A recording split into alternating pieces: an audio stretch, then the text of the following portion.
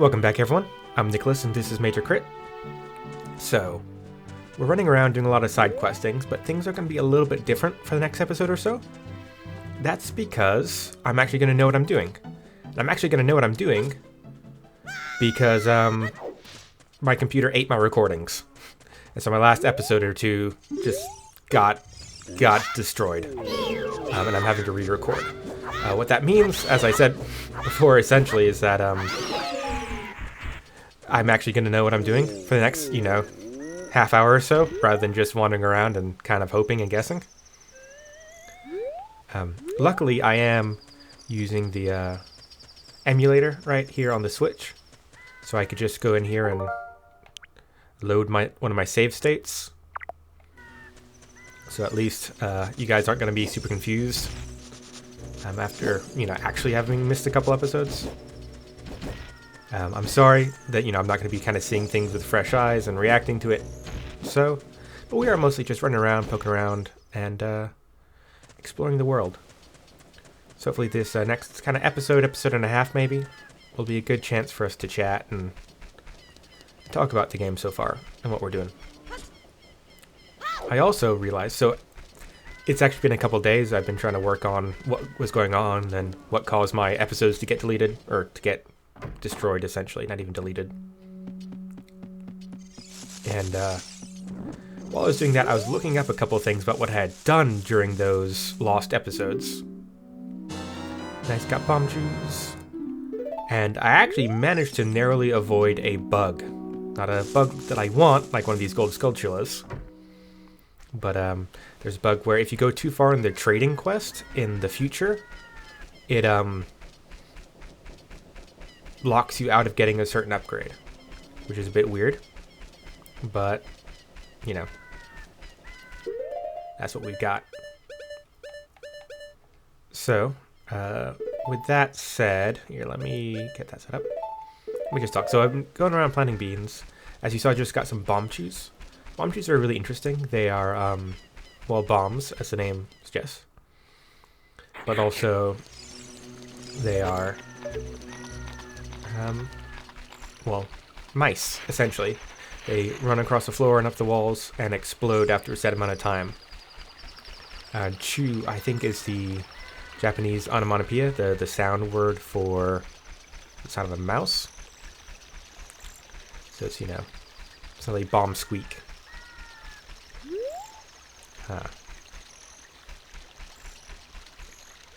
Do we want to wait? How long until daytime? Oh, we're almost there. Yeah, one other thing I learned was that when you got the bunny hood on, skeletons don't attack you at night. Why? No idea. Well, I know that they don't attack you at night because that makes the quest line work, because you've got to be out here at night to hand over the bunny hood, and you can't talk with enemies around. But why in-game, why in the lore it's that way? I have no idea. Oh, and I just realized, alright, remember what I just said about how I'm going to know what I'm doing more because, I've done it just recently? Just ignore that, because I just did something really dumb. I have this little notes of what I could remember about what I recorded in the 2 episodes that I lost. And of course I'm just glancing at them now, trying to remember what I'm doing. And I ended up, just wasting a bunch of time waiting at gates I didn't actually need to go in. Yeah, so we're looking for the running man. He's who wants this hood. I know he comes around here at some point. We could just wait for him, I suppose. The problem is he does not follow the path. That's why, first time I recorded this, I went all around the place looking for this guy. And I assumed he would stick to the paths, and so I had trouble finding him, because he actually goes off-road quite a bit. Also, I'm calling him the running man now. I called him the postman previously, and that's because of an interesting thing about how Ocarina of Time and Majora's Mask work. So if you've never played Majora's Mask, or Ocarina of Time, or either one, Majora's Mask was the other Zelda game for the N64. and they shared a bunch of assets. It was a real quick turnaround. They made the games pretty quickly, and they reused a lot of the assets, a lot of the people, places, things, the 3D models and all that from this game get reused, but in a different way in Majora's Mask. And one of those ways is they use the same people, but they put them in different situations or give them different jobs. So the running man, who we'll hopefully meet soon, there he is, I can see him over there. The running man becomes the postman in Majora's Mask. They give him a little postman's hat and the postman's satchel to carry his letters, and he's just becomes like an entirely different character. Though I still think he might have something to do with bunnyhood. Can't quite remember. It really is weird, especially if you played Ocarina of Time going to Majora's Mask. It makes everything feel sort of weird, which I think is at least partially the point. Majora's Mask is kind of a bizarre game, or a game with a bizarre feel to it. And that makes sense because the whole kind of idea of the game is that kind of there's an impending doom looming over everything. There's a kind of apocalypse that's going to happen in a very short amount of time, and everyone's on edge and scared and trying to figure things out. And it just makes everything feel tense, and sort of some of the weirdness and awkwardness in the game, I think, is meant to enhance that. So hey, what's up? I bet with those long ears, you can hear the voices. Oh, these are genuine rabbit ears from the animal of legend. I don't care how expensive it is. Please, sell it to me. Yes. My longtime dream, returning to wildlife. Finally, the actor, stage, and prop have been united. It's a 50 rupee mask, but he paid you a crazy amount of money for it. More money than you can count. Go back to the mask shop and pay back just 50 rupees of this money. Nice. I just realized, so the other thing I wanted to do was to go buy more seeds. And if I'd been smart, I would have done that before going to the running man, because, well, as you just saw, the reward for selling him the mask is as much money as you can fit in your pockets. So if I had just spent a bunch of money and emptied out my pockets before talking to him, could have gotten a lot more cash. No, well. I think we're going to have enough to buy all the beans anyway. Yeah, I am looking forward to playing Majora's Mask. Majora's Mask was actually my first 3D Zelda game. I played it before Ocarina of Time. And so I kind of had the reverse thing where I was used to all the Majora's Mask version of things and people and enemies and whatnot. And then I came to Ocarina of Time and it just, everything's been reshuffled, everything's kind of weird. Does have a different feel though. Ocarina of Time has a much more straightforward feel to it. Kind of a classic heroic adventure. There's some weird twists in Majora's Mask that give it a bit of a different vibe. I'm not sure which one I like more. I probably have a closer place in my heart for Majora's Mask just because it was my first. Oh great, you sold it! Please pay me back 50 rupees for the bunnyhood now. Oh yeah, very well done. All the masks are sold out. I knew I could trust you. As a reward, I will lend you this special mask. This is the Mask of Truth. It is a mysterious mask passed down by the Sheikah. With this mask, you can see into other people's minds. It's useful, but scary. Why is it scary? You may find out as you grow older and discover the true meaning of life. Ho ho ho! Bum ba da da da! You borrowed a Mask of Truth. Show it to many people. From now on, you can borrow any mask you want. Just have faith. So you can see we've also got access to... Oops, sorry. For some reason, it doesn't let me skip through his dialogue. Just cancels out. We've got the Garuda mask, charming eyes, it makes a great lady's disguise. Zora mask, you look cool while you're swimming if you wear this mask. And Goron mask, this round face makes you a little happier. I don't think these do much. Again, I've not looked up anything about them. But yeah, all free to borrow right now. So with that mask, we can now look at all those little eyeball statues and get little hints and clues and background information. It's quite fun. so next on my checklist, let's go over to the bean cellar and stock up on beans. Like I said, I think we have enough money now to buy out his whole stock. I'm pretty sure, well, I did last time. He stopped selling me, he said he was out of stock. And I'm pretty sure that there's one bean for every bean planting spot in the game, which means that there's a lot less than I thought there were. I thought there were a lot of those spots all around the place. I think, again, I might be thinking Majora's Mask, where the beans are sort of just a standard thing you can buy. They're not like these increasingly expensive, you know, kind of rare things. And also, Majora's Mask has this whole time loop mechanic. So, anything you plant, by the time the next time loop comes around, is gone. So, you know, trying to plant all of the things would be a bit of a waste of time. Still not sure what's up with those circles. I thought maybe the Mask of Truth would reveal something in them, but it didn't. Hey man, what's up? Chomp chomp chomp! We have the super rare magic beans. This could be your last chance. Special price, 70 rupees for one piece. Alright.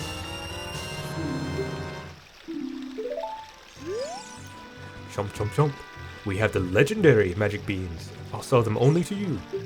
Super price, 80 rupees for one piece. You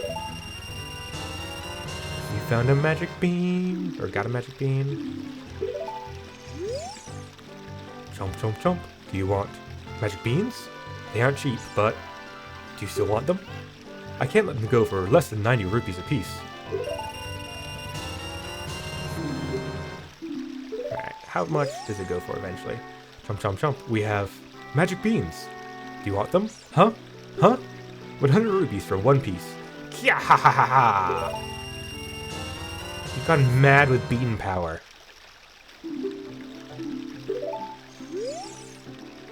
Oh, too bad. We're sold out. Chomp chomp. What? Oh, these beans are not for sale. Yeah, the ones he's eating. Yeah, I always assumed he was just eating the magic beans, but considering he's selling them for like, you know, eventually 100 rupees each.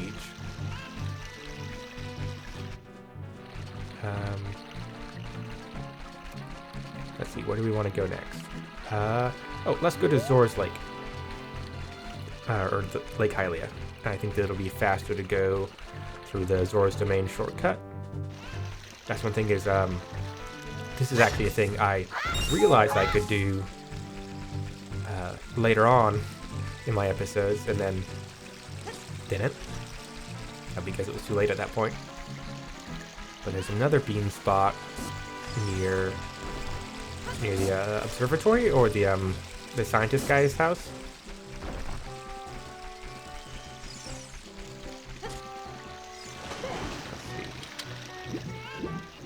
Oh, let me just double check something. So we're going up here. Did we get this piece of heart? Ah, man. This is like the more annoying part about redoing stuff, is when I can't remember what I did do or did not do.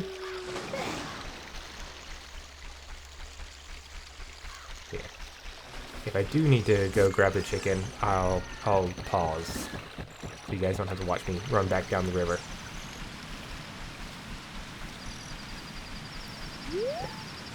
Alright, yeah, I really want that piece of heart, so I'll be right back. You guys just wait a second. Alright, I'm back, and I have acquired chicken. I should have done this ages ago. Da-da-da! You got a piece of heart. Nice. Alright, now we can go through to Zora's Domain. Kind of annoying that you have to play the song every time. Actually, man, I didn't even need to do this. Well, I mean, I didn't want to do this because I got the piece of heart. But we've got warp music now. I could have just warped to the, right to the lake. So I think this is still slightly faster at this point, just because it's, the shortcut's right here. And I think this lets us out nearer to the lab than the teleporter would get us near. We'd have to cross the bridges and whatnot to get there. Yeah.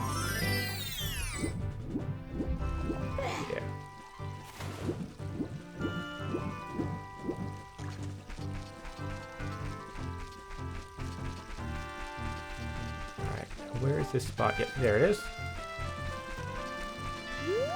There we go. One more seed planted. Now, let's see, where do we want to go next? Oh yeah, there's a bunch of seeds and stuff we need to plant over in the Kokiri Woods. So let's go back through here, and then take the shortcut right to the Lost Woods.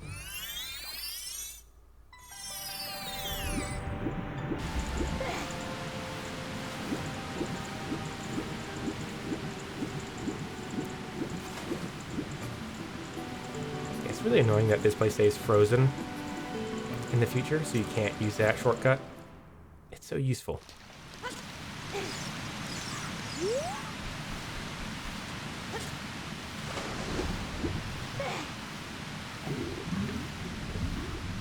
Alright, let's see. How many spots? I think there were 2 spots to plant seeds in the woods. And 1 secret that I discovered that I'm glad I discovered because there's a glitch associated with it, so I almost missed it. Let's see. That's okay. That's not where I want to go. Yeah, I'm still not perfect in the Lost Woods. Yeah, there's a seed spot here. Nope, that's not what I wanted to do.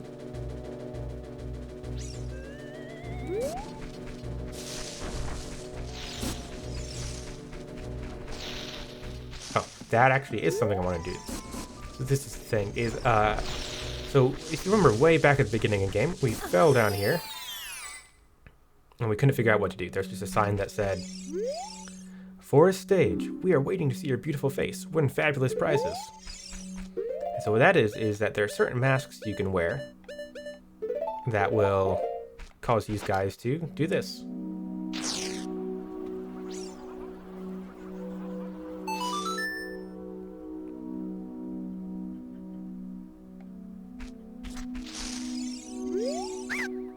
All my young Deku Scrub brothers say, you have a horrible face.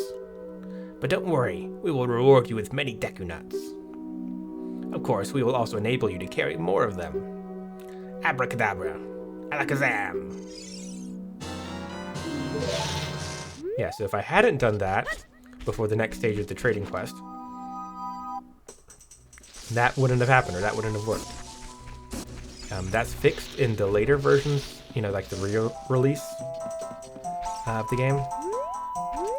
But not in this version, they just kept everything the same, they didn't fix any bugs or anything. I wish they had done a little bit more with this version of the game. You know, fixed maybe a couple bugs, and at least made sure like the Stone of Agony worked, that rumble feature. Because as someone who does want to collect all of the gold Skulltulas, well, the whole Stone of Agony thing helps you find them. Okay, there's another one. And I think we've got one more somewhere around here. I think it's in the village. Yeah, I get all mixed up because technically it's called the Kokiri Forest, but the forest is the village, and then the Lost Woods is, you know, the woods. So it's this sort of weird thing where it's a woods and a forest, but no part of it is ever actually called a village. Which is why I kept getting it mixed up, I think, with Kakariko Village. Is not only do they sound kind of the same, Kokiri, Kakariko. Oh, already planted that. Alright. Cool. Yeah, I think then all we need to do is play the Prelude of Light or whatever it's called.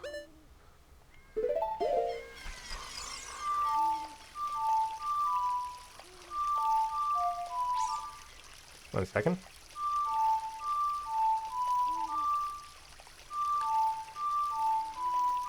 Okay, sorry, something was happening. This is a problem with using a stick rather than just the directional buttons that were in the original controller. Is that if you're not like perfectly on angle, sometimes it can think you're pressing the wrong thing and get a bit mixed up. Anyway, so I think we've done pretty much all we can do in the past. Finished the mask trading quest, planted a bunch of seeds. Still 3 more, but I think those mostly in the later regions. I know there's still at least one big region to the west we haven't been to. The desert.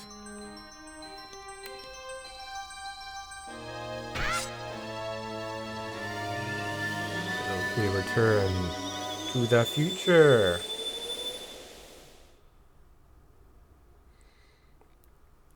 Alright, and that seems like a good break point. Come back tomorrow and we'll finish up this kind of side questing around, collectibles and all that jazz. Thanks for putting up with me and all the technical difficulties. I hope you still enjoyed it even if it's not completely fresh. But I'll see you guys tomorrow. Bye.